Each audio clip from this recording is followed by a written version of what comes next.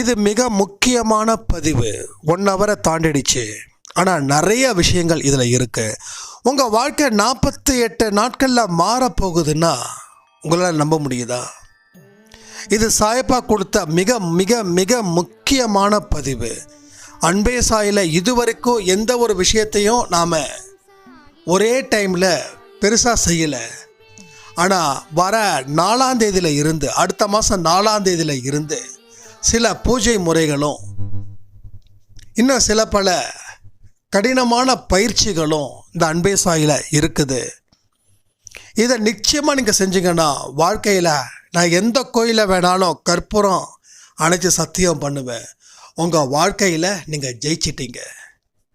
So வர 4ஆம் தேதியில் இருந்து உங்கள் மனக்கட்டுப்பாடும் உங்கள் உணவு கட்டுப்பாடும் மிக மிக அவசியம். அதுக்கு எல்லாமே தயாராக இருந்தால் உங்களோட பெயர்களை நீங்கள் எனக்கு கொடுக்கலாம். யார் யாரெல்லாம் 4ஆம் தேதியில் இருந்து இதை அட்டன் பண்ணுறாங்கன்னு அதுக்கு ஒரு தனி அட்டண்டன்ஸ் இருக்குது. ஸோ திரும்பவும் சொல்கிறேன், இதையெல்லாம் செய்கிறவங்க மட்டும் செய்யுங்க. ஏன்னா ரொம்ப டஃப் இருக்குது. பட்டு அதை தாண்டிட்டா வாழ்க்கையில் டஃப்பே இல்லாமல் நீங்கள் நிச்சயமாக இருப்பீங்க. இதில் சில அடிப்படை ரூல்ஸ் இருக்குது. இந்த பூஜை முறைகளை எவரிடமும் சொல்லக்கூடாது. இது ரூல்ஸ் நம்பர் 1. ரூல்ஸ் நம்பர் 2, தினமும் 1 மணி நேரம் மௌன விரதம் 48 நாட்கள் இருக்கணும். ரூல்ஸ் நம்பர் 3, 48 நாட்களில் உங்கள் அன்பானவர்களை மனதளவில் அவங்க மேலே கோபமோ எரிச்சலோ ஆத்திரமோ படக்கூடாது. ஏன்னா உங்கள் அன்பானவர்களோட குணத்தை மாற்றி நல்ல வழியில் கொண்டு போய் உங்கள் குடும்பத்தை தலை நிமிர்த்து வைப்பது தான் இந்த ஆடியோ பதிவோட நோக்கம். அடுத்தது 48 நாட்கள் ரொம்ப கடினமாக தான் இருக்கும் இந்த பாதை. அடுத்தது உணவு கட்டுப்பாடு. 48 நாட்கள் ரொம்ப ரொம்ப கட்டுப்பாட்டோட உணவை நீங்கள் மெயின்டைன் பண்ணணும். சிக்கன், மட்டன், நான் வெஜிடேரியன் எதுவுமே எடுத்துக்கக்கூடாது. 6வது, அதிகாலை 5 மணிக்கு நீங்கள் எழுந்திருச்சு ஆரத்தி சச்சரிதம் இது எல்லாம் செய்யணும். இதுக்கு உட்படுறவங்க ஆடியோவை தொடர்ந்து கேளுங்க.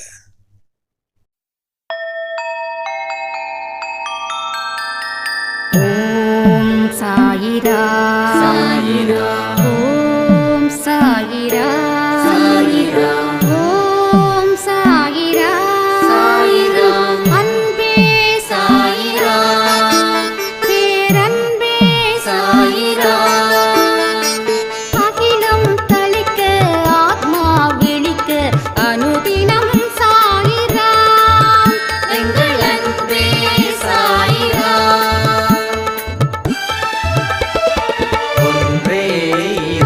ஒன்றே பூமிக்கென்றும் சாயிரா, சரணம் சாயிரா, நன்றே செய்து வாழ்வோம், நாம் ஒன்றே செய்து வாழ்வோம், அன்பே சாயிரா.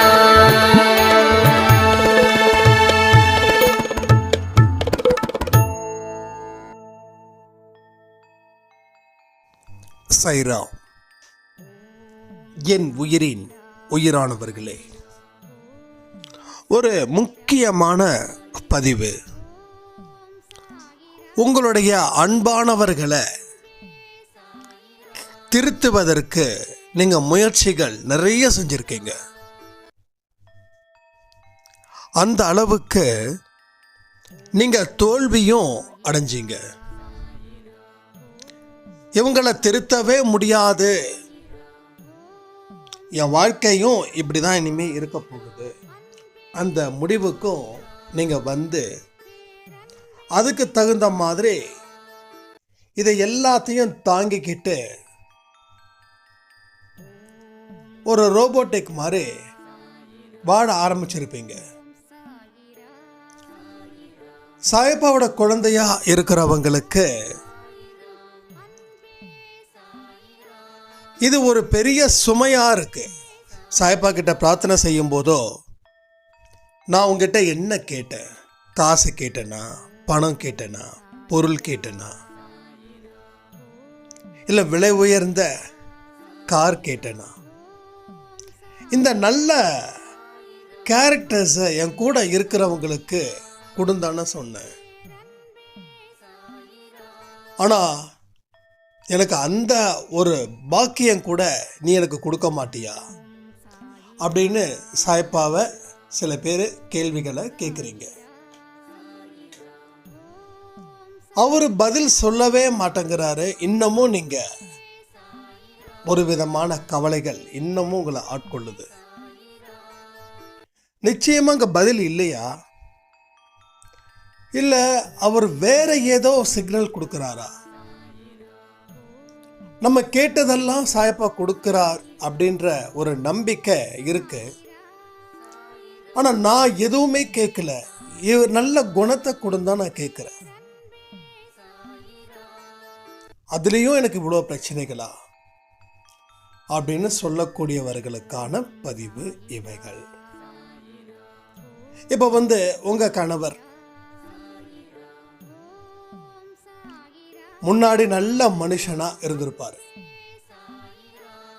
இப்போவோ மோசமான மனுஷனாக இருந்துக்கிட்டு இருக்காரு.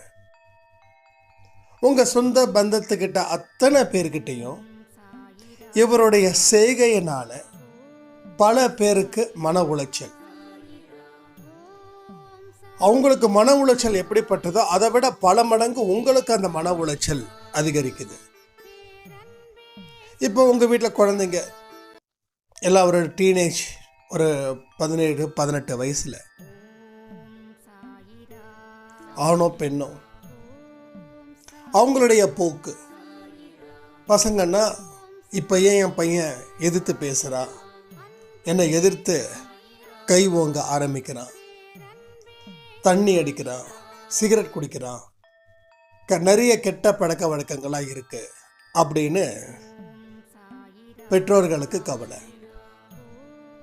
பொண்ணுங்க அப்படின்னா என் பொண்ணு யாரையோ விரும்புகிறா, குடும்பமானத்தை கெடுத்துடுவான்னு சொல்லி எனக்கு பயமாக இருக்கு, என் பொண்ணுக்கு நல்ல புத்தியை கொடுத்து குடும்ப மானத்தை காப்பாற்றணும் அப்படின்ற மாதிரியும் சில பேருக்கு.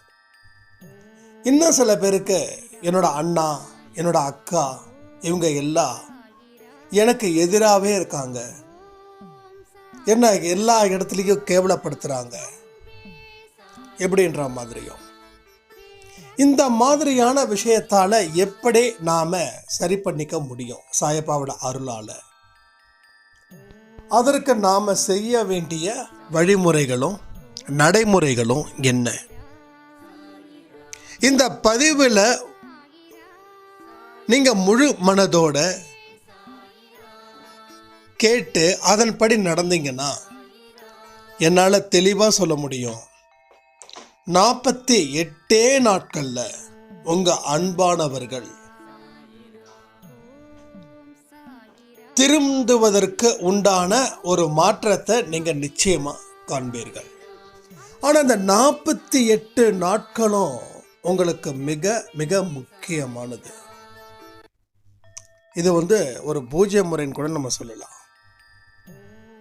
எல்லாருக்கும் ஒரு டைமிங் நான் கொடுக்குறேன். எல்லாமே அங்கே இருந்து ஆரம்பிப்போம். எங்கே இருந்து? நான் சொன்னக்கூடிய தேதியில இருந்து ஆரம்பிப்போம். எல்லாரும் ஒன்றா சேர்ந்து இந்த விஷயத்தை நம்ம செய்வோம். ஏன்னா எல்லா சைட்லையும் இருக்கக்கூடிய மனுஷனுக்கும் பிரச்சனைகள் இருக்கு.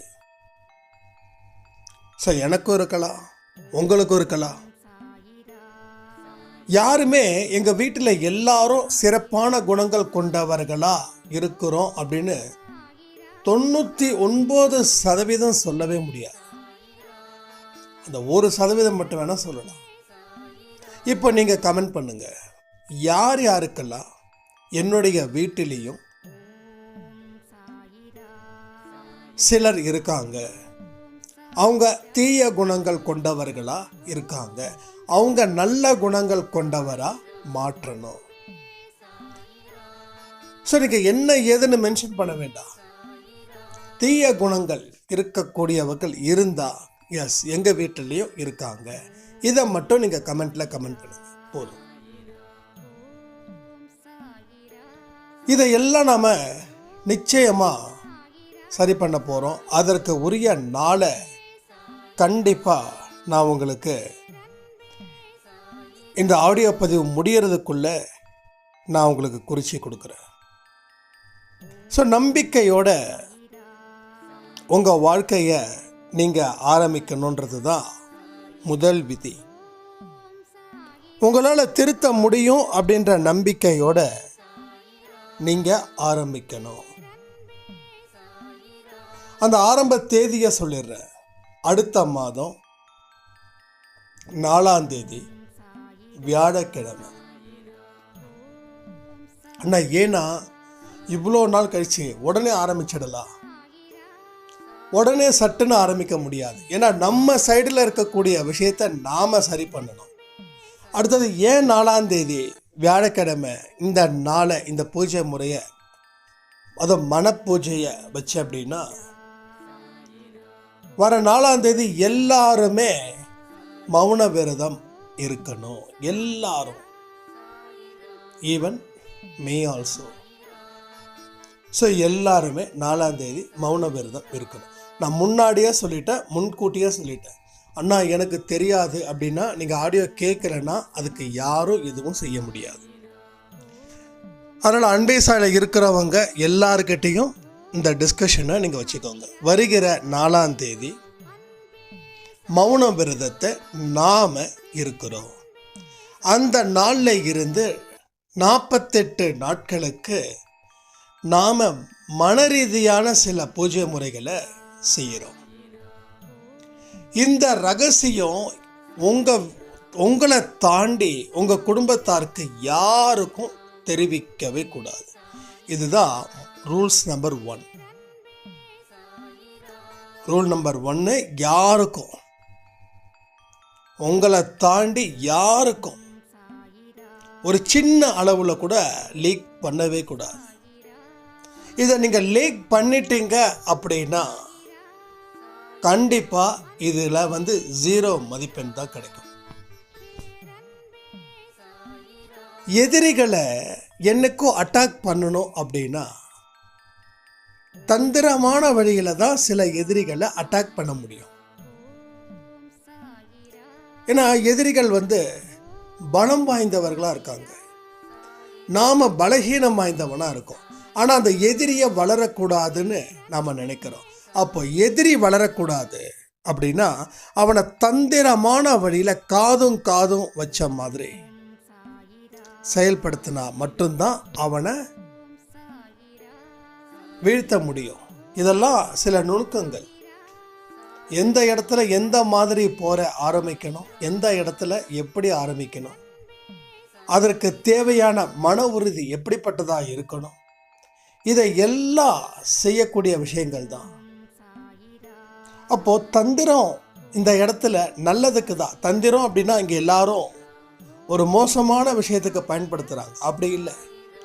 ஒரு நல்ல மனுஷனை திருத்தணும் அப்படின்னா நான் 48 நாட்கள் பூஜை முறைகளில் சில விஷயத்தை செய்ய போகிறேன். அப்போ கண்டிப்பாக நீ திருந்துவ அப்படின்னு சொல்லிட்டா அந்த மனுஷன் உங்களை டைவர்ட் பண்ணுவாங்க. ஏன்னா பாவம் செய்கிறது அவங்களுக்கு பிடிச்சிருக்கு, அதில் சந்தோஷம் கிடைக்கிறதால அவங்களுக்கு நீங்கள் இது மாதிரி ஏதாவது விஷயத்த செஞ்சீங்கன்னா அவங்க அது கிடைக்காம போயிடும்னு சொல்லி ஃபீல் பண்ணி வேற வழியை அவங்க முயற்சி பண்ணி உங்களுடைய தவத்தை கலைக்க பலவிதமான முயற்சிகள் செய்வார்கள். நம்ம எல்லா விஷயத்த சொல்கிறோம்னாலும் அதுக்கு சில எக்ஸ்பிளனேஷன் கொடுக்காம கூட இருக்கலாம். ஆனால் சொல்லக்கூடிய விஷயத்தை தயவு செய்து கண்களை மூடி செய்ய ஆரம்பிச்சிடுங்க. இதனால் எந்த ஒரு இழப்பும் இல்லை, ஆனால் பெறப்போவது மட்டும்தான் அதிகம். ஸோ ரூல்ஸ் நம்பர் 1, இதை பற்றி எவரிடமும் சொல்லக்கூடாது. இதுதான் ரூல்ஸ் நம்பர் 1. இதுக்கு உங்களுக்கு சம்மதமா? கமெண்ட் பண்ணுறீங்களா? இதுக்கு உங்களுக்கு சம்மதமா? ரூல்ஸ் நம்பர் 1, எவரிடமும் சொல்லுவதற்கூடாது. நல்லா கமெண்ட் பண்ணி இதில் எழுதிக்கோங்க. எவரிடமும் இந்த பூஜை முறையை சொல்லக்கூடாது. அடுத்தது,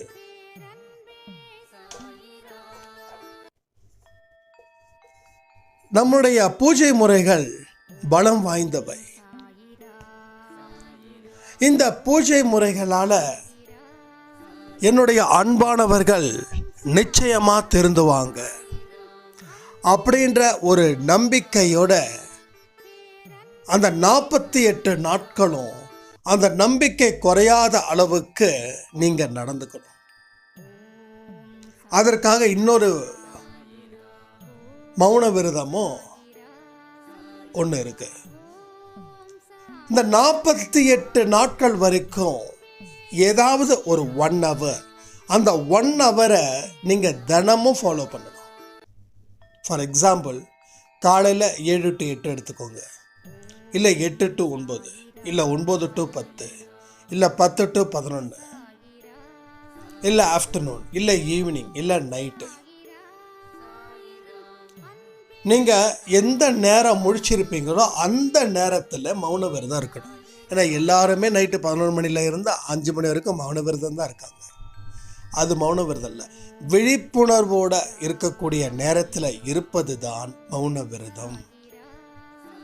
அப்போ நீங்கள் எந்த இடத்துல விழிப்புணர்வோடு இருக்கீங்களோ, நீங்கள் ஒவ்வொரு இடத்துலையும் இப்போ காலையில் 10 to 11 நாம் முழிச்சிட்ருப்போம், ஏதோ வேலை பார்ப்போம் இல்லையா, அந்த நேரத்தில் நீங்கள் மௌன விரதம் இருக்கணும்.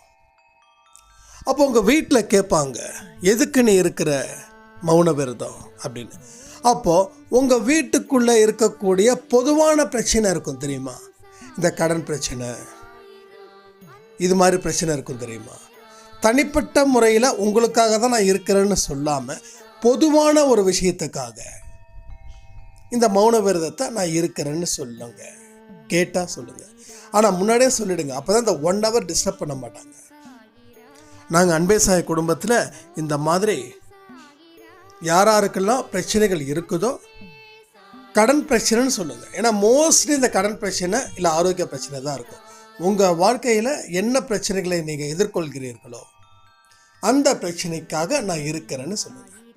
ஏன்னா மற்றவங்களோட சப்போர்ட்டும் உங்களுக்கு மிக மிக அவசியமாக இருக்குது.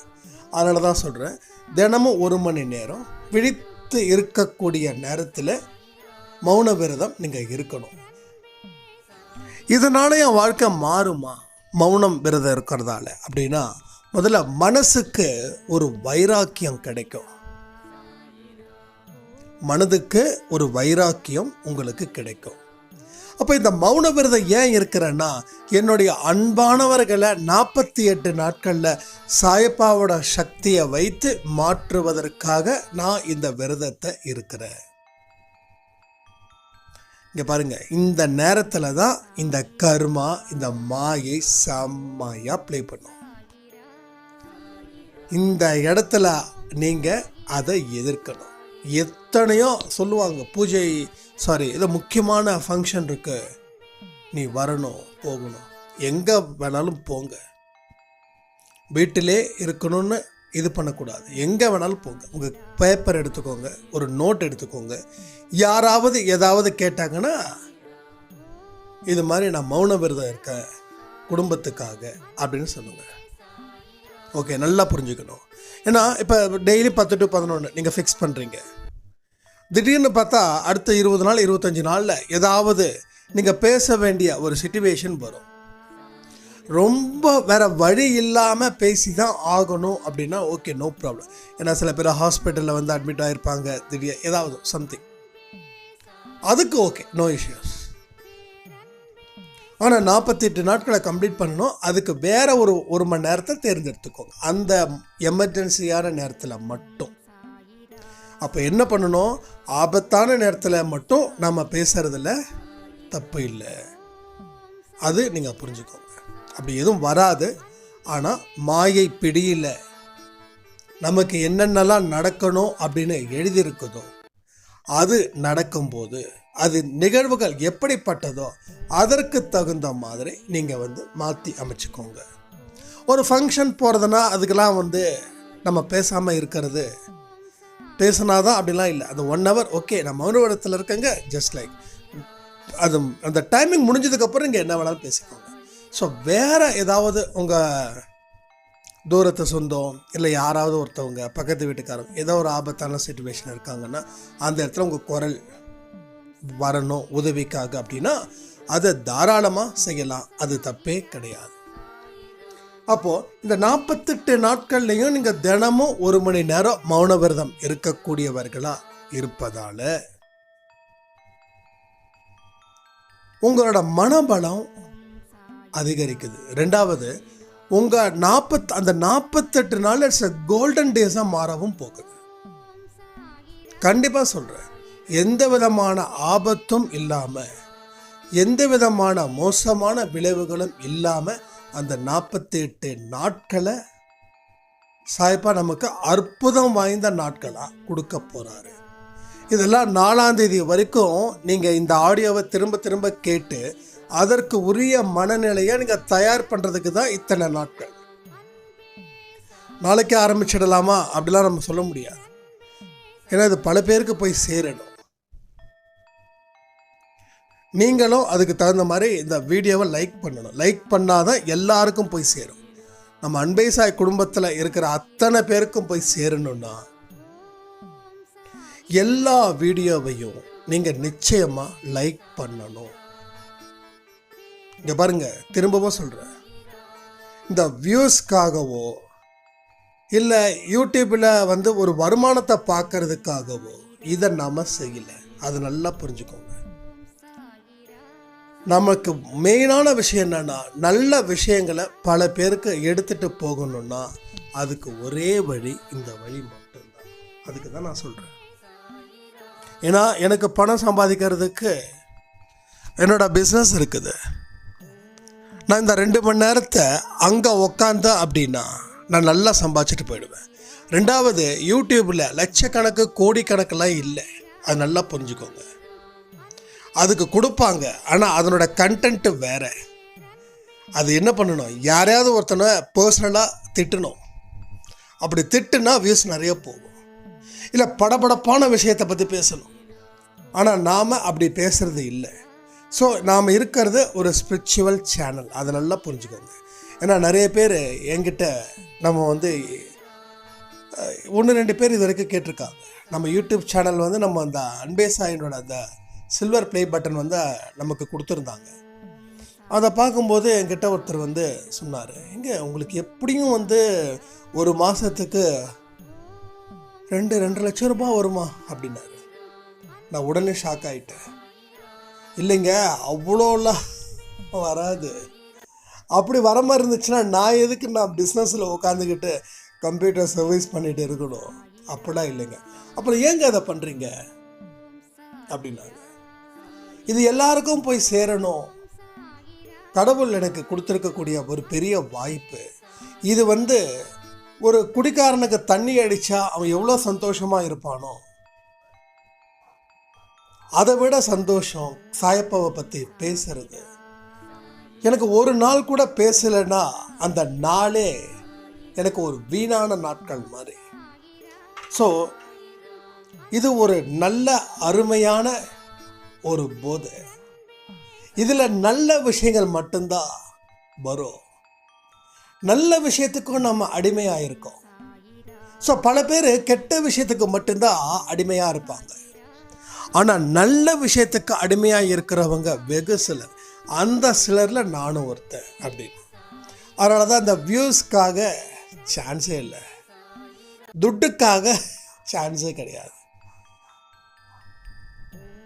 திரும்பவும் சொல்கிறேன், பணம் மட்டும்தான் என் குறிக்கோளாக இருந்துச்சுன்னா நான் இந்த இடத்துல கண்டிப்பாக நான் நின்று இருக்க வாய்ப்பே கிடையாது. ஏன்னா எனக்கு அந்த பிஸ்னஸில் நான் ஒரு லேப்டாப்பை கழட்டி மாட்டி ரெடி பண்ணால் குறைஞ்சது 1000 ரூபாய். அந்த மாதிரி ப்ரொமோஷன்ஸை நான் ரெடி பண்ணி எல்லாமே நான் ரெடி பண்ணேன்னா குறைஞ்சபட்சம் 700 ரூபாயிலேருந்து 1000 ரூபாய் என்னால் ஏர்ன் பண்ண முடியும்.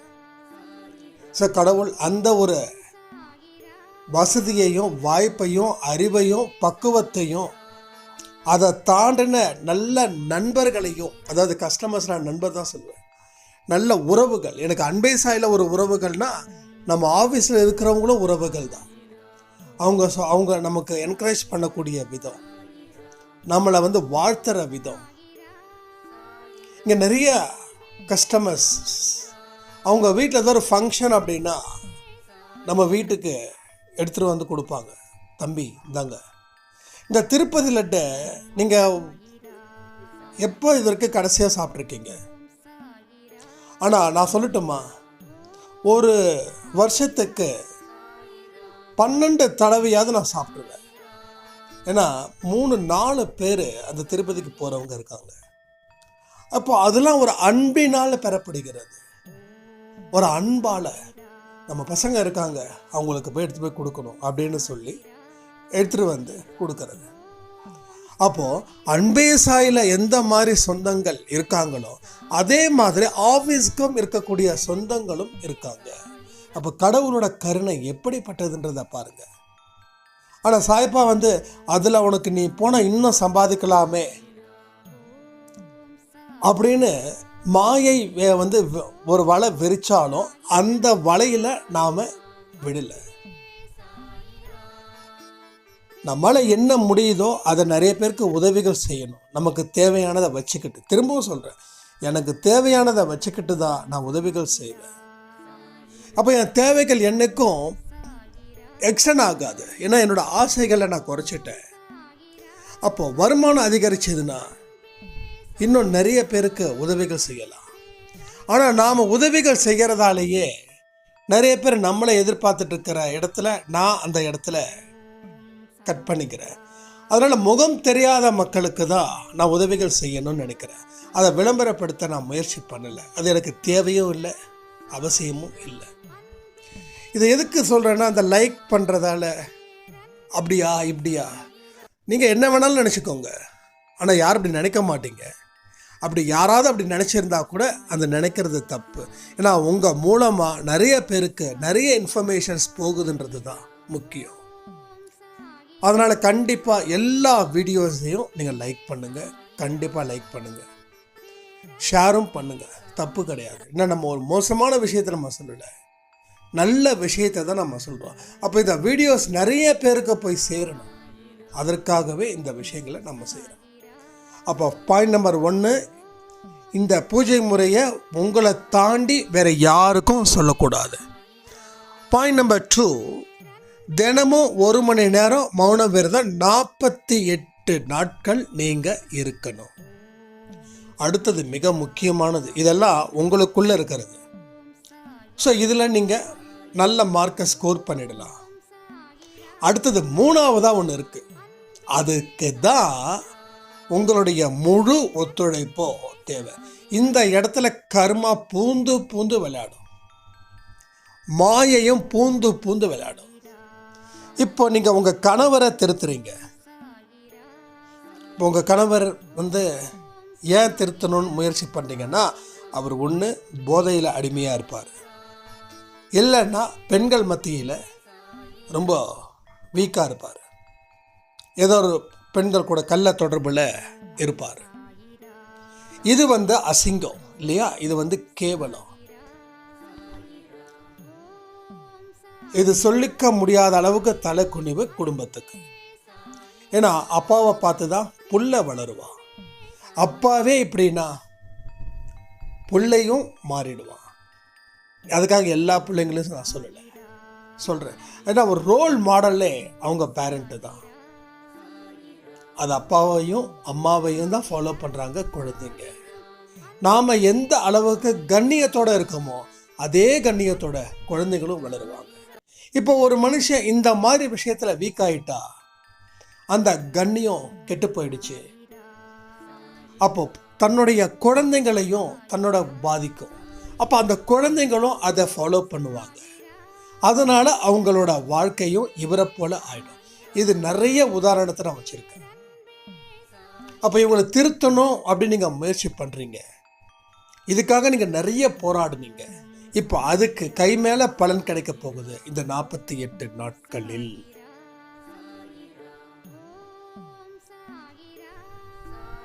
இது எல்லாத்துக்கும் பொருந்தும். உங்கள் குழந்தைங்க யாராவது விருப்பப்பட்டு காதலிக்கிறாங்களா, அவங்களுக்கும் பொருந்தும். உங்கள் பையன் படிக்காமல் ஊரை சுற்றி வரானா அவனுக்கும் பொருந்தும். ஸோ எல்லாருக்குமே பொருந்தக்கூடிய விஷயம்.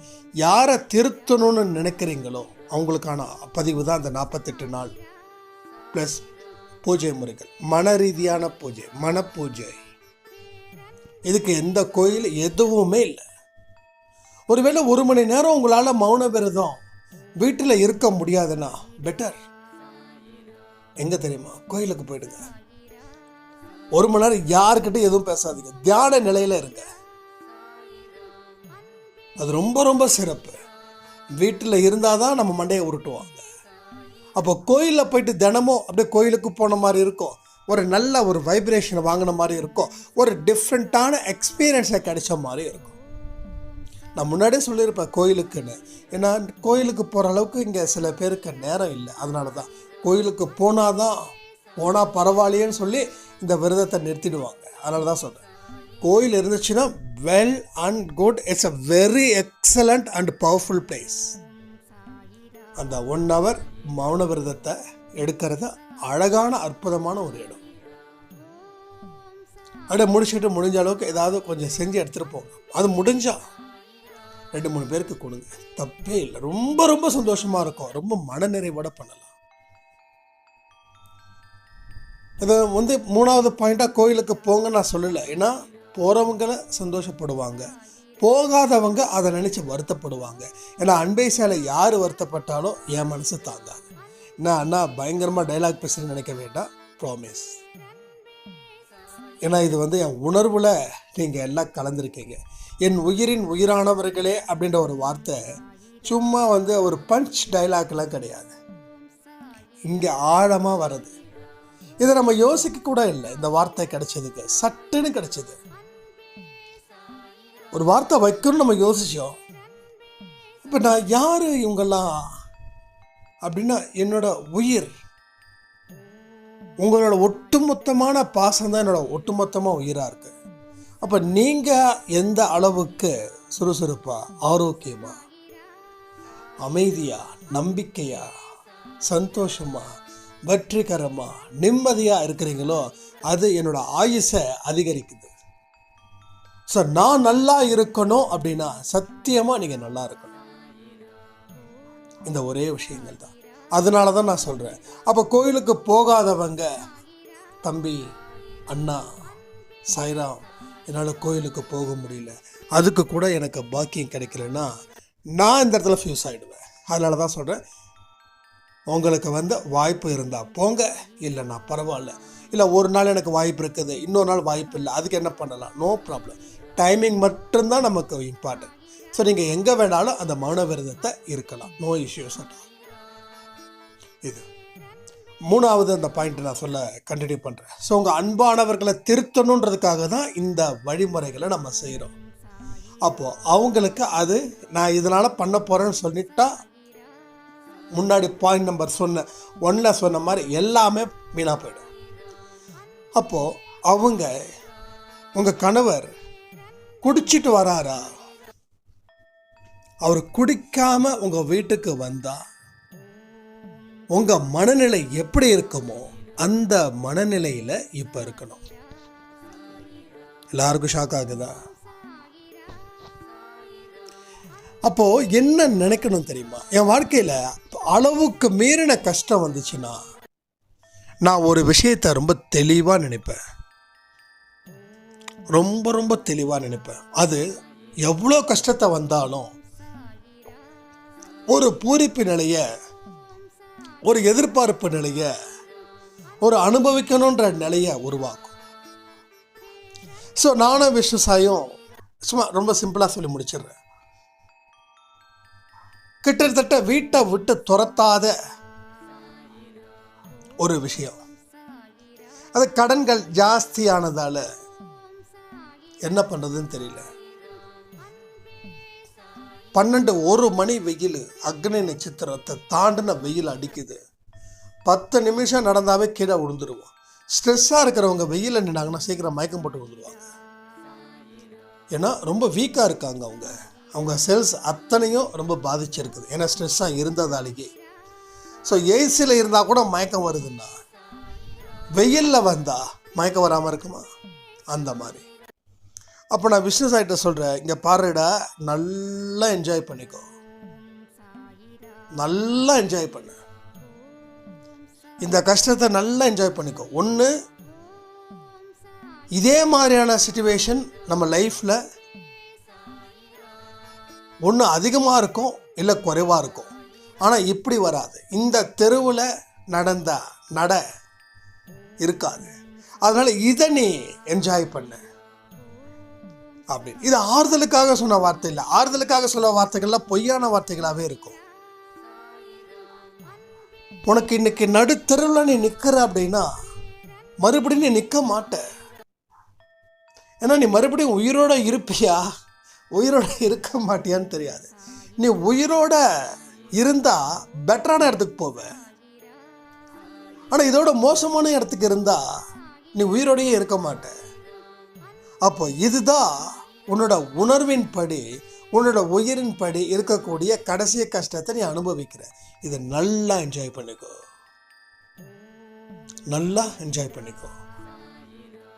வண்டி இல்லாமல் வீட்டில் ஏகப்பட்ட பிரச்சனைகள். ஆனால் அந்த நேரத்துலையும் நமக்கு என்ன பண்ணுறது ஏது பண்ணுறது தெரியாத ஒரு நிலை.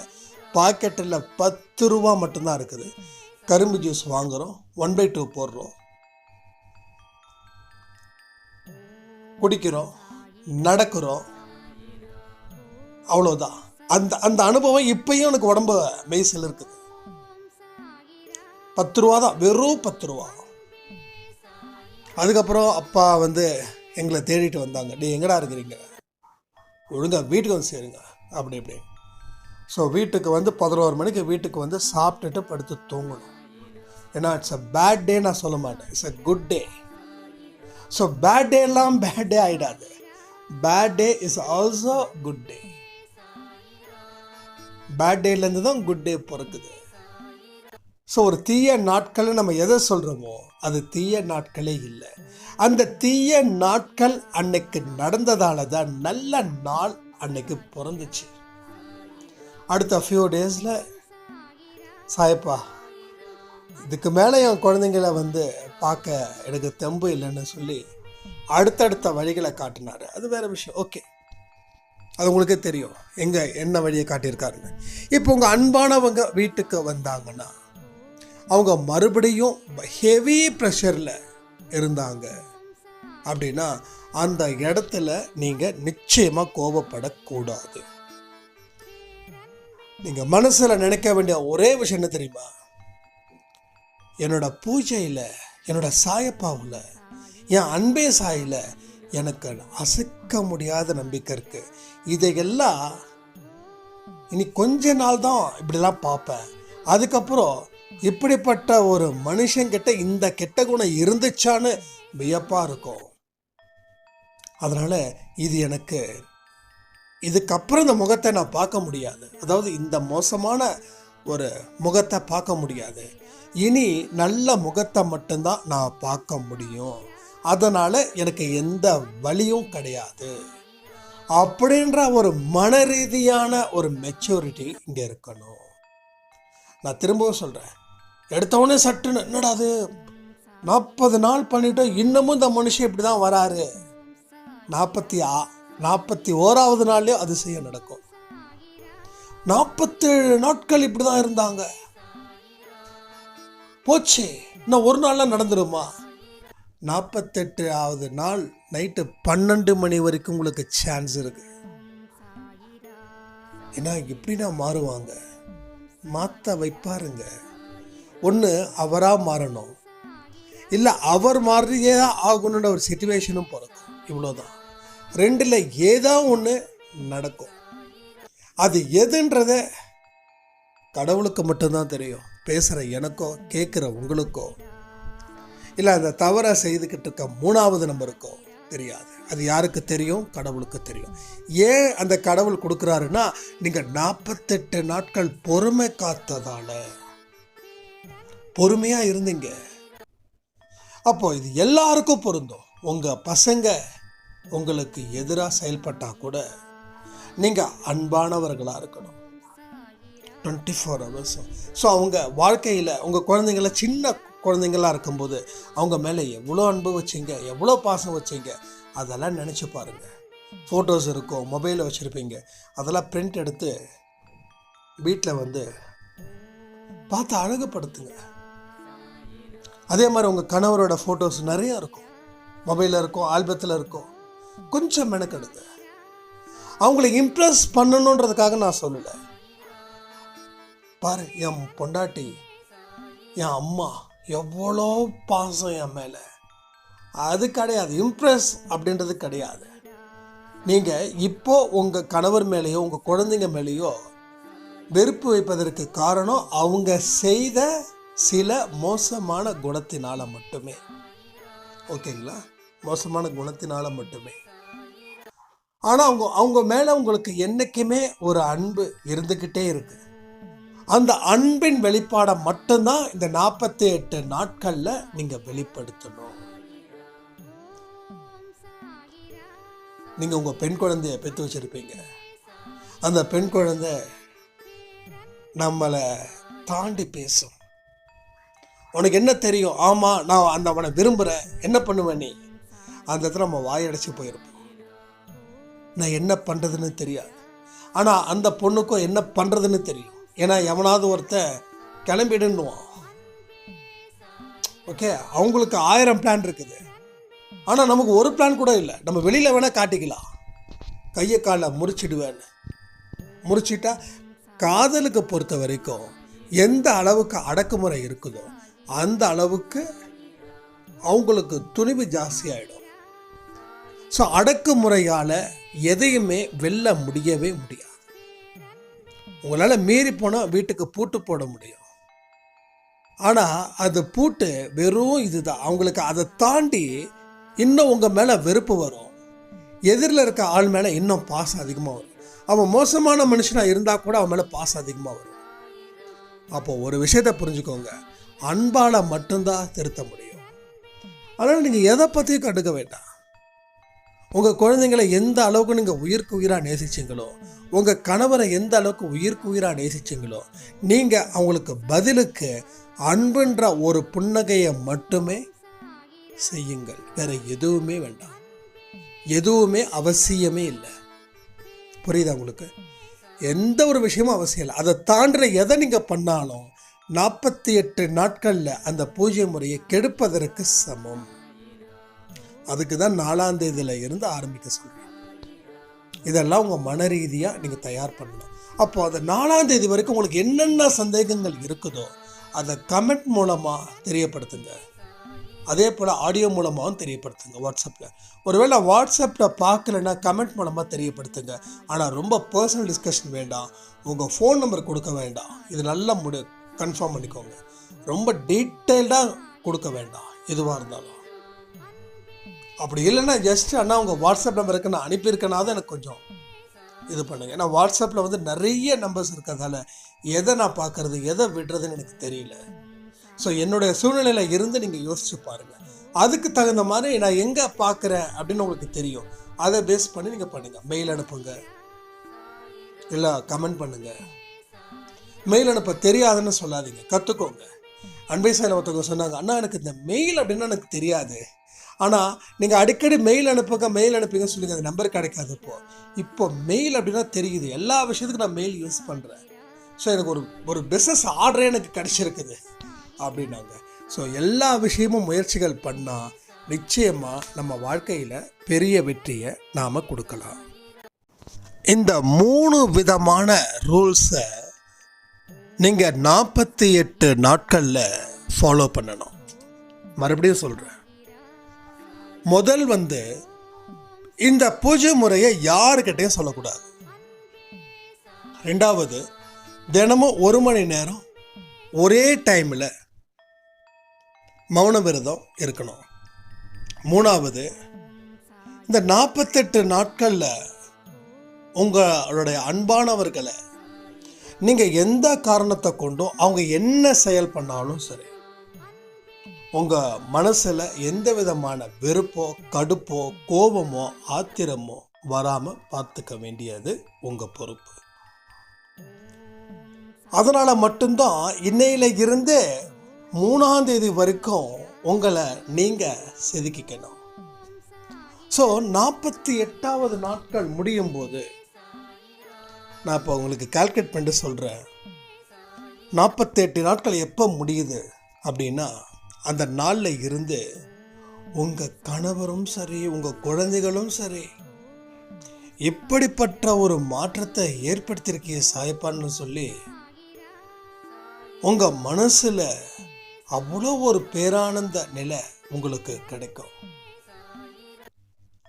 அந்த 48 டேஸும் நீங்கள் அந்த நினைப்பை வச்சுக்கிட்டு நீங்கள் இருக்கணும். அது ரொம்ப இம்பார்ட்டன்ட். நான் சொல்லியிருக்கேன்ல, நல்ல விஷயத்துக்கு நாம் கற்பனை பண்ணவே மாட்டேங்கிறோம், ஆனால் மோசமான விஷயத்துக்கு கற்பனை பண்ணுறோம். அந்த கற்பனை பண்ணுறதால தான் அது நல்லபடியாக நடக்குது. அப்போது இனி நம்மளோட கற்பனை எங்கே இருக்கணும்? நல்ல விஷயங்கள் நடந்தால் எப்படி இருக்குன்றதை வச்சு தான் கற்பனை. அப்போது இது உங்களுக்கு பயிற்சி காலம். நிஜமாக சொல்கிறேன், இந்த பயிற்சி காலம் கடினமாக தான் இருக்கும். இந்த 48 நாட்கள் நிச்சயமாக ஒரு கடுமையான பயணத்தை நீங்கள் எதிர்கொள்ளிட்டு தான் ஆகணும்.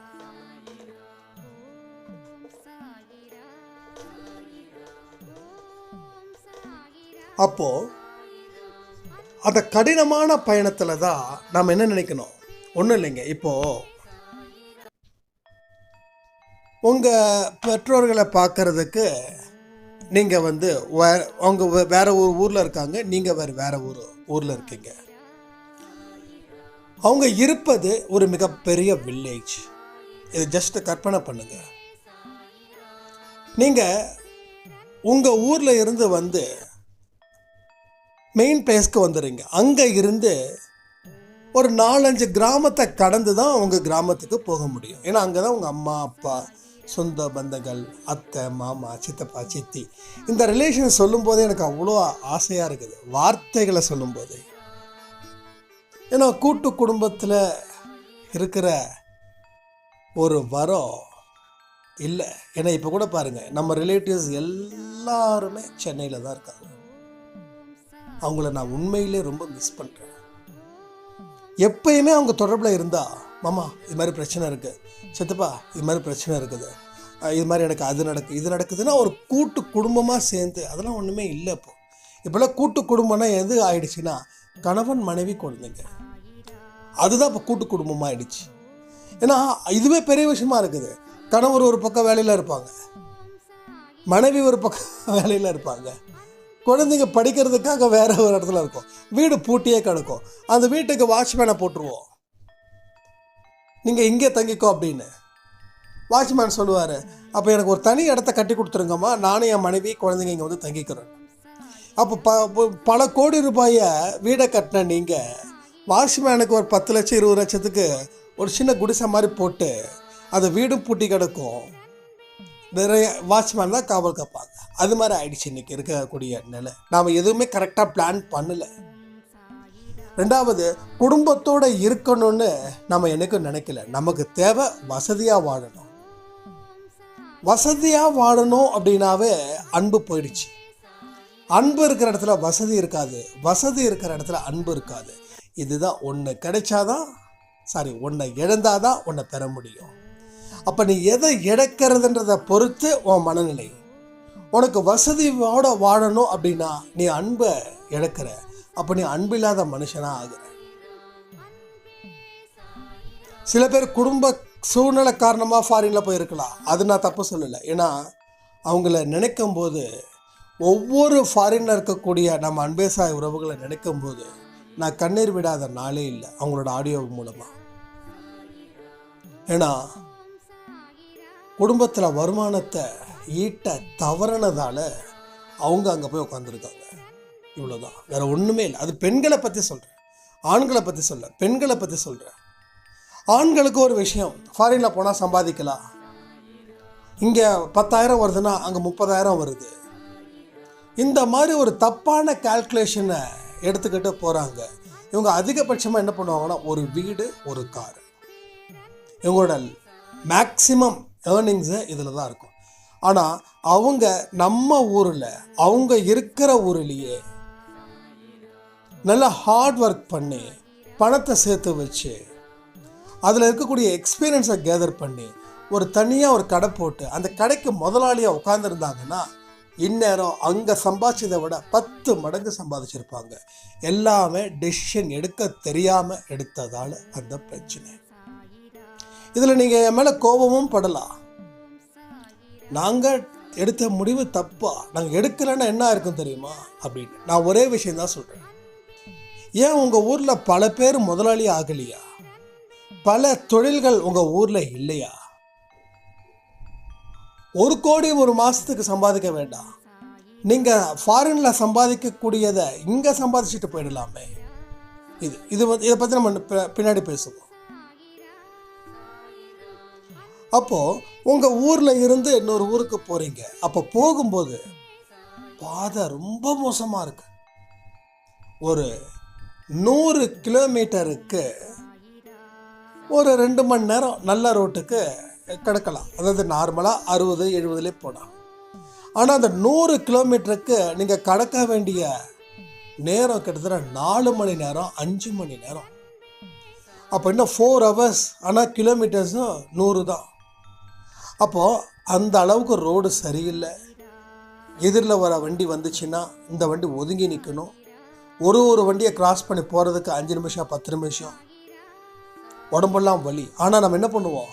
கற்பனையை தட்டி விடுவோம்.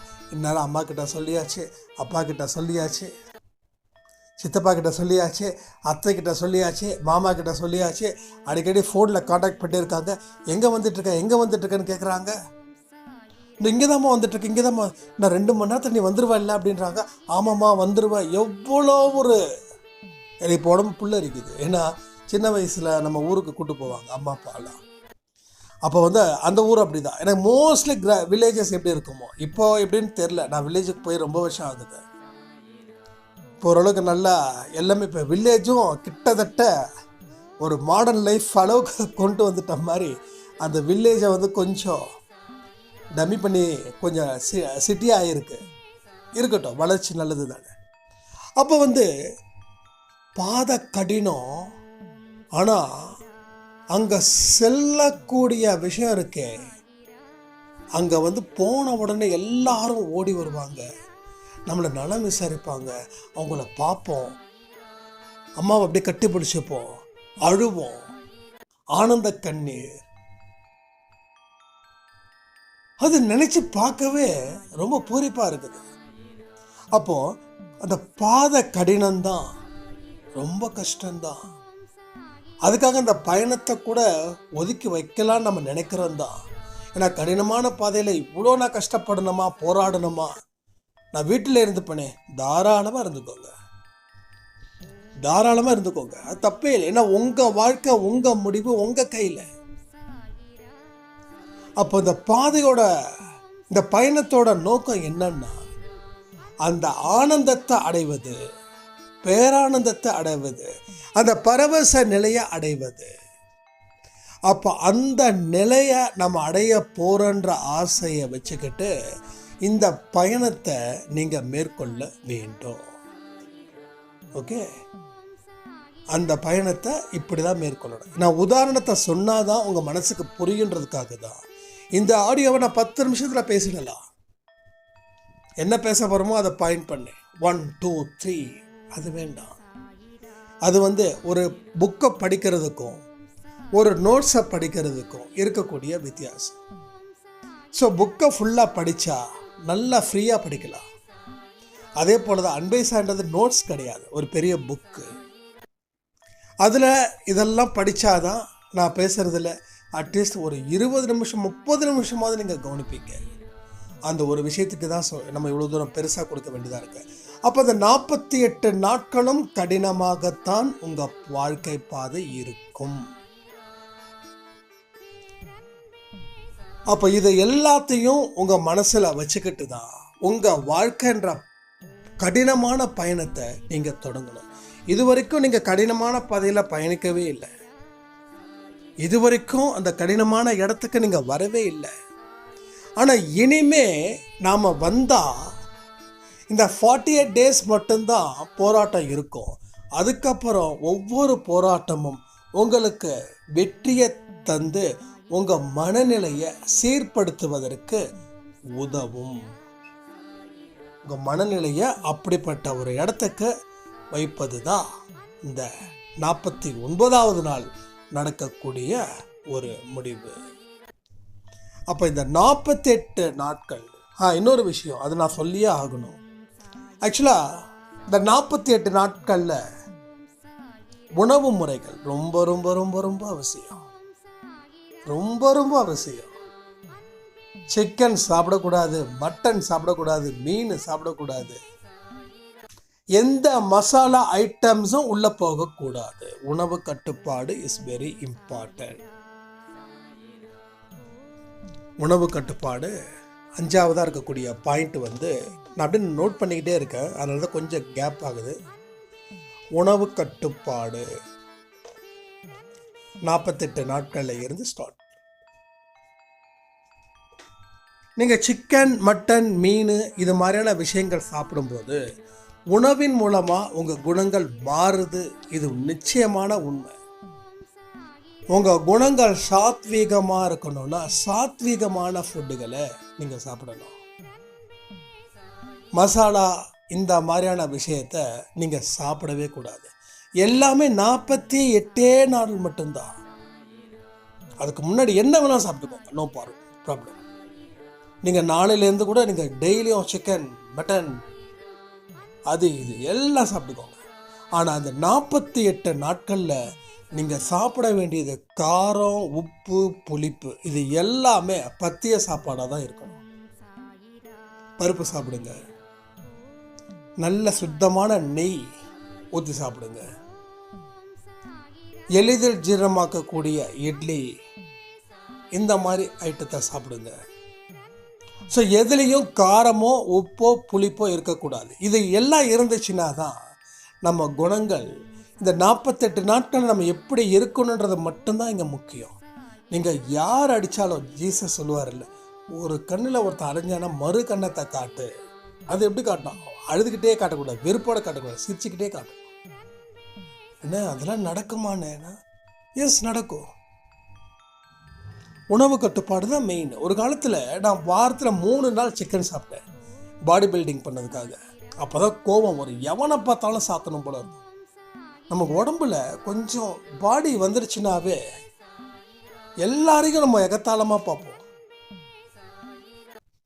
இப்போ கூட ஒரு ஸ்டண்ட்டு ஒரு ஆக்டர் ஒரு இன்டர்வியூ ஒரு இது மாதிரி கொடுத்துருந்தாரு. அது உண்மையிலே நம்மளும் ஒரு காலத்தில் அப்படி தானே இருந்தோம் அப்படின்ற மாதிரி எனக்கு கொண்டு வந்துச்சு. என்ன அவர் சொன்னாருன்னா, நான் உடம்ப நல்ல பலமாக வச்சுருந்தேன், யாரை பார்த்தாலும் அடிக்கலாம் உதைக்கலாம் அப்படின்ற ஆணவத்தோடு இருந்தேன், பல பேரை கேலியும் கிண்டலும் பண்ணேன். ஆனால் உடம்பு சரியில்லாமல் ஐ திங்க் பொன்னம்பலம்னு நினைக்கிறேன் அந்த அவர், சரி தெரியல, யாராவது கொஞ்சம் தப்பாக இருந்தால் சாரி. சரி, நான் இவர் தான் கரெக்டுன்னா கரெக்டு சொல்லுங்கள் கமெண்ட்டில். ஸோ எனக்கு உடம்பு பலத்தை அப்படி நான் உடம்பை வச்சுருந்ததால் எல்லாரையும் நான் கேவலமாக பார்த்தேன். எல்லாரும் இன்னும் இப்படி இருக்கிறானுங்க அவனுங்க, அந்த மாதிரி நான் ரொம்ப துச்சமாக பார்த்தேன். ஆனால் எனக்கு உடம்பு சரியில்லாதப்போ ஓடோடி உதவிகள் செய்யும்போது நான் வெட்கப்பட்டு தலை குனிஞ்சு நிற்கிறேன் அப்படின்னாங்க. அப்போ நம்ம சாப்பிட்ற சாப்பாடு நம்ம குணத்தை நிச்சயமாக மாற்றுது, 100% மாற்றுது. அப்போ சாத்விகமான உணவுகள் எதுன்றதை நான் சொல்லி தெரிஞ்சுக்க வேண்டிய அவசியம் உங்களுக்கு இல்லை. உங்களுக்கே தெரியும் எதெல்லாம் சாப்பிட்டோம். பெரியவங்க கிட்ட கேளுங்க, இல்லை நம்ம கூகுள் குரு கிட்ட போய் கேளுங்க. சாத்விகமான சாப்பாடு என்னன்னு, தயிர் சாப்பாடு, பால் சாப்பாடு, பருப்பு, கீரை வகைகள், இந்த மாதிரியான சாப்பாடு. காயில் கூட சிலதெல்லாம் ரொம்ப மோசமான காயெல்லாம் இருக்கும், கோபத்தை ஏற்படுத்துகிற மாதிரி காய். அது எல்லாத்தையும் விட்டுட்டு 48 நாட்கள் பத்திய சாப்பாடு இருக்கணும். இது வீட்டில் எதாவது கேட்டாங்கன்னா என்ன நான் சொல்கிறதுன்னா, உங்களுக்கு ஏதாவது ஒரு பிரச்சனை இருக்கிற மாதிரி சொல்லுங்கள். இங்கே பாருங்கள், எத்தனையோ போய் பேசியிருக்கோம், ஓகே? அப்போல்லாம் இந்த கேள்வி யாரும் கேட்கல. ஆனால் இந்த விஷயத்துக்கு இந்த பூஜை முறைகள் வெளியில் சொல்லக்கூடாதுன்னும் போது அப்போ நீங்கள் உங்களோட ஆக்டிவிட்டீஸால் அவங்க சேஞ்ச் ஆகிடக்கூடாது. சொல்லுங்கள், வயிறெல்லாம் எரியுது அப்படின்னு சொல்லுங்கள். ஒரு எரிச்சலாக இருக்குது, நெஞ்செலாம் எரியுது. இந்த வயிற்றெரிச்சல் அந்த வயிற்றெரிச்சல் இல்லை, சாப்பிட்ற போலாம் வரக்கூடிய வயிற்றெரிச்சல். இந்த வயிற்றெரிச்சல் நெஞ்செரிச்சல் வந்ததுனாவே அதிகப்படியான காரம், அதிகப்படியான உப்புனால நம்ம உடல் உறுப்புகள் பாதிக்கப்பட்டு இருக்கிறதால வந்த வேலை. ஸோ இதை காரணமாக வச்சுக்கோங்க. அதனால் கொஞ்ச நாளைக்கு நான் அப்படி சாப்பிட்றேன், 48 நாள் சொல்ல வேண்டாம், ஒரு 4 நாளைக்கு நான் அப்படி சாப்பிட்றேனே அப்படின்ற மாதிரி சொல்லி சாப்பிடுங்க. ஸோ இரவு சாப்பாடை முடிஞ்ச அளவுக்கு குறைச்சிக்கோங்க. இரவுக்கு ஃப்ரூட்ஸ் எடுத்துக்கோங்க. ஆனால் சுகர் இருக்கிறவங்க ஃப்ரூட்ஸ்க்கு பதிலாக 2 இட்லியோ இல்லை 3 இட்லியோ சாப்பிடுங்க. தொட்டுக்க நாட்டு சர்க்கரை எடுத்துக்கோங்க. சுகர் இருக்கிறவங்க கொஞ்சம் கண்ட்ரோலாக இருக்குது. ஒயிட் சுகர் வேண்டவே வேண்டாம். ஸோ என்ன பண்ணணும், உப்பு குறைக்கணும், காரம் குறைக்கணும், புளிப்பு குறைக்கணும், இனிப்பு குறைக்கணும், மசாலா ஐட்டம்ஸை அதிகமாக எடுத்துக்கக்கூடாது, நான் வெஜிடேரியன் எடுத்துக்கக்கூடாது. இதெல்லாம் நீங்கள் பயிற்சியில் இருக்கீங்க இப்போ. ஸோ இது பயிற்சி. ஸோ பயிற்சி காலத்தில் இதை எல்லாமே நீங்கள் பண்ணணும். அடுத்தது ஒரு விஷயம் இருக்குது உங்களுக்கு, என்னென்னா இன்னமுமா இதெல்லாம் என்னென்னா இதை யோசித்து பாருங்கள். இதெல்லாம் நடந்தால் நடக்குமா நடக்காதான்னு தான். சும்மா உட்காந்துக்கிட்டு நான் 4 தடவை 3 மட்டும் சொல்லிட்டு அன்றைக்கி நல்லா ஃபுல்லாக சிக்கனையும் மட்டனையும் சாப்பிட்டுக்கிட்டு நம்ம பண்ணோன்னா அது வேலைக்கு ஆகவே ஆகாது. இந்த 48 நாட்களில் இருக்கிறவங்க அதிகாலை 5 மணி, நான் 4 மணி கூட சொல்லலைங்க, அதிகாலை 5 மணிக்கு எந்திரிக்கணும். எல்லாரும் எந்திரிக்கணும். ஸோ 4 மணிக்கு எந்திரிக்கிறவங்க கூட 4 மணிக்கு எந்திரிச்சுக்கோங்க, நோ இஷ்யூ. அதிகாலை நான் 5 மணிக்கு எந்திரிச்ச உடனே கை கால் மூஞ்செல்லாம் கழுவுறதுக்கு முன்னாடி ஒரு 5 நிமிஷம் பெட்டில் உட்காந்து நல்லா கண்களை, பெட்டை விட்டு வெளில வந்துடுங்க, பெட்டுக்குள்ள வேண்டாம், ஏன்னா பெட்டில் உட்காந்து அந்த ஸ்லீப் மோட் தான் வரும். ஹாலில் கண்களை மூடி சேரில் உட்காந்தா கூட போதும். கொஞ்சம் அந்த மைண்டை எண்ணி பார்க்குறது. நாம் இன்று முதல் 48 நாட்கள் ஸ்டார்ட் பண்ணியிருக்கோம். இந்த 48 நாட்களில் அன்பே சாயில் இருக்கக்கூடிய அத்தனை உறுதிமொழியையும் நான் நிச்சயமாக பின்பற்றுவேன். எல்லோரிடமும் அன்பாக இருப்பேன். உணவு கட்டுப்பாடும் மனக்கட்டுப்பாடும் எனக்கு என்னைக்கும் இந்த 48 நாட்களில் நான் அதை காப்பாற்றுவேன். இந்த மாதிரி ஒரு 5 நிமிஷம் அதிகபட்சமாக இந்த வார்த்தைகளை நீங்கள் தினமும் சொல்லணும். அதுக்கப்புறம் வெற்றி நிச்சயம் சாயின் சத்தியத்தோட ஆடியோவை கேட்கணும், சாய் 365. அதுக்கப்புறம் நீங்கள் ப்ரஷ் பண்ணுறதோ குளிக்கிறதோ குளிச்சுட்டு எல்லாம் கரெக்டாக பாருங்கள். வெற்றி நிச்சயம் சாயின் சத்தியம் கரெக்டாக 10 நிமிஷம், அதிகபட்சம் 15 நிமிஷம் வச்சுக்கோங்க. இது ஒரு 5 நிமிஷம். என்னாச்சு, 15 + 5 20 நிமிஷம் ஆச்சு. கரெக்டாக 5:30 மணிக்கு ஆரத்திக்கு நீங்கள் ஸ்டார்ட் பண்ணணும். ஒருவேளை எனக்கு வெற்றி நிச்சயம் சாயின் சத்தியம் பார்க்கறதுக்கு நேரம் இல்லைன்னா ஆரத்தி முடிஞ்சதுக்கப்புறம் எடுத்துருங்க. ஆரத்தி கரெக்டாக 5:30 மணிக்கு எல்லாருமே எடுக்கிறோம் இந்த 48 நாட்களில். ஆனால் இது இஸ் வெரி வெரி இம்பார்ட்டன்ட். எல்லாமே இம்பார்ட்டன்ட் இங்கே. ஸோ இதெல்லாம் வெளிப்படையான விஷயங்கள், சிலது மனதால் செய்யக்கூடிய விஷயங்கள், சிலது ரெண்டுமே நமக்கு வேணும்.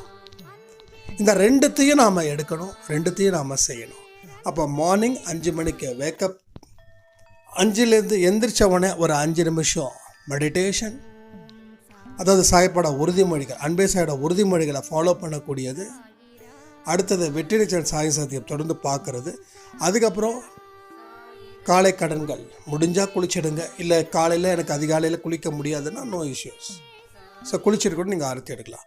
ஸோ மனசு தான் இங்கே சுத்தமாக இருக்கணுமே தவிர வேறு எதுவுமே தேவையே இல்லை. குளித்தா கொஞ்சம் ஃப்ரெஷ்ஷாக இருக்கும், அவ்வளோதான். காலையில் குளிக்கிறது உடம்புக்கு ரொம்ப ரொம்ப நல்லது.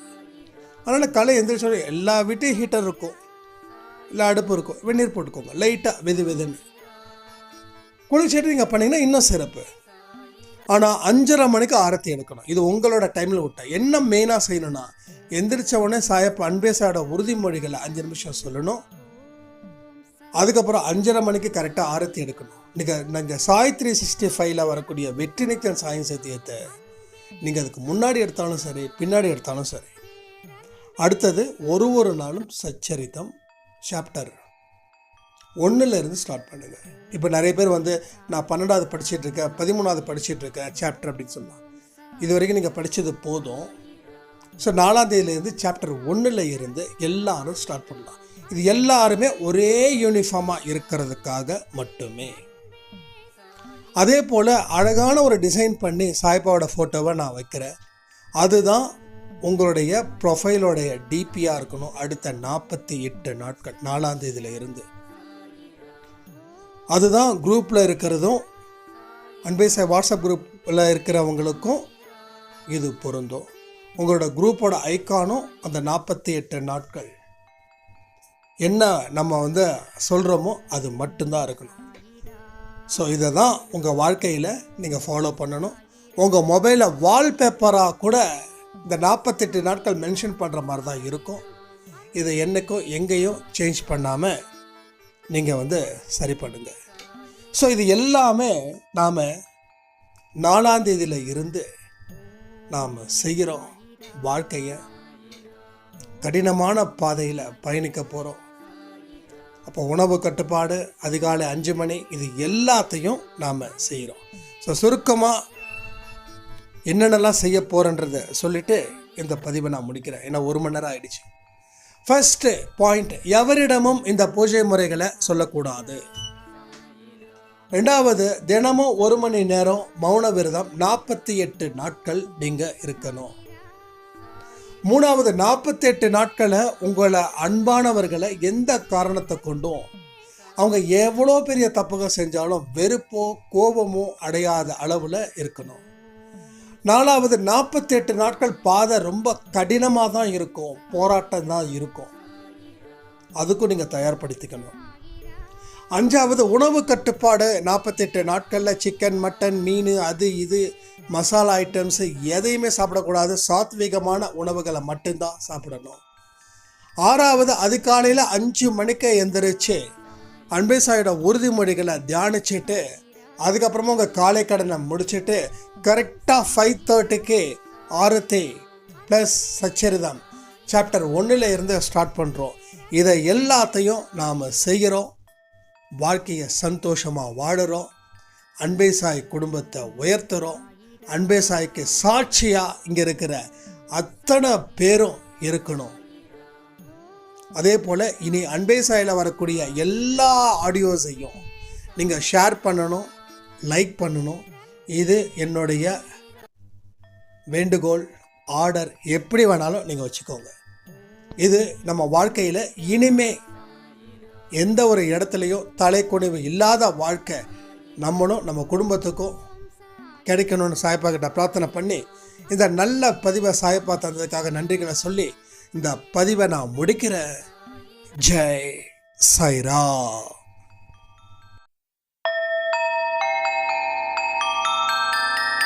ஓம் சாயிரா.